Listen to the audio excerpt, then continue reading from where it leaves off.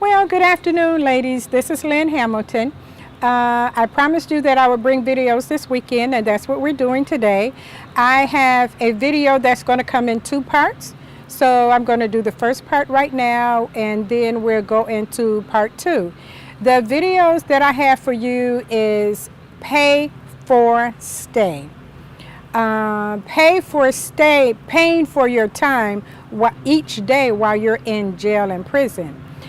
This is how jails and prison make money off inmates. I thought they make money off inmates through the phone calls, through buying their toiletries, paying for their canteen, but I just recently found out that pay to stay has been in operation for a while. Inmates pay a daily rate to stay in the jail. For an example, the state of Michigan charges $12 per day for the inmate to stay there. It sounds like staying in a very cheap hotel. Now, what they do, they get 20% of the money that's sent to the inmates is taken out in the county jail. If you send your son $20, they take their 20% off the top, and your son will get $16. You accumulate a debt regardless to whether you have money or not. It's a daily rate. If you do not have the money while you're in jail, you must pay it back to the jail, or they will garnish your wages.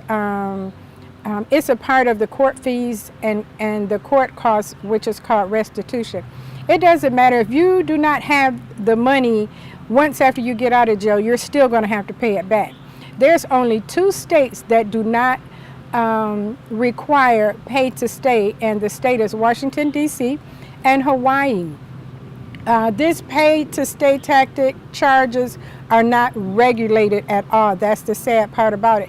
They can raise it up as much as $50,000. This is just an example of attempting to make money off of poor people caught in the criminal system.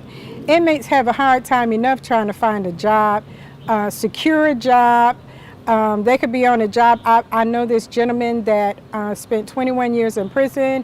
He got out of prison, and I saw him myself go through about 5 jobs. Once they run that background check on the inmates, once they have done all of their time, he had a life sentence. He did 21 years.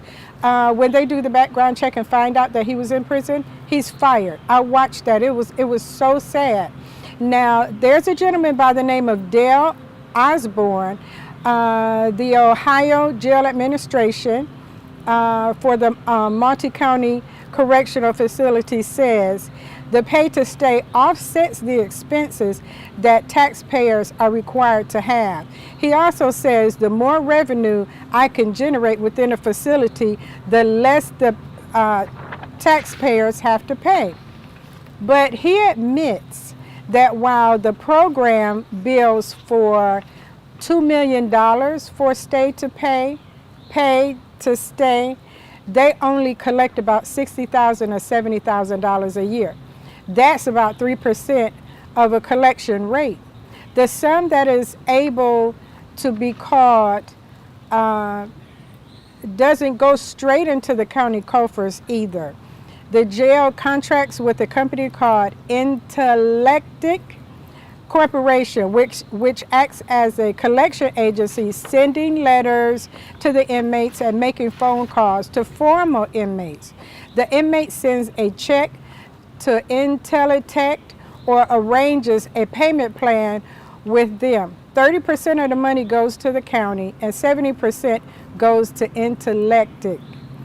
A county in Minnesota claims they specifically put all its pay-to-stay revenue into programs to assist the re-entry.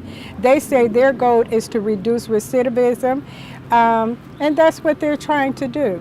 So we're going to stop it right here, and I'm going to go into part 2. Thank you. Please remember to follow us on Facebook at Mothers with SIP and at our website www.Mothers with Sons in Prison, and also follow us on Instagram, Mothers with Sons in Prison. Thank you.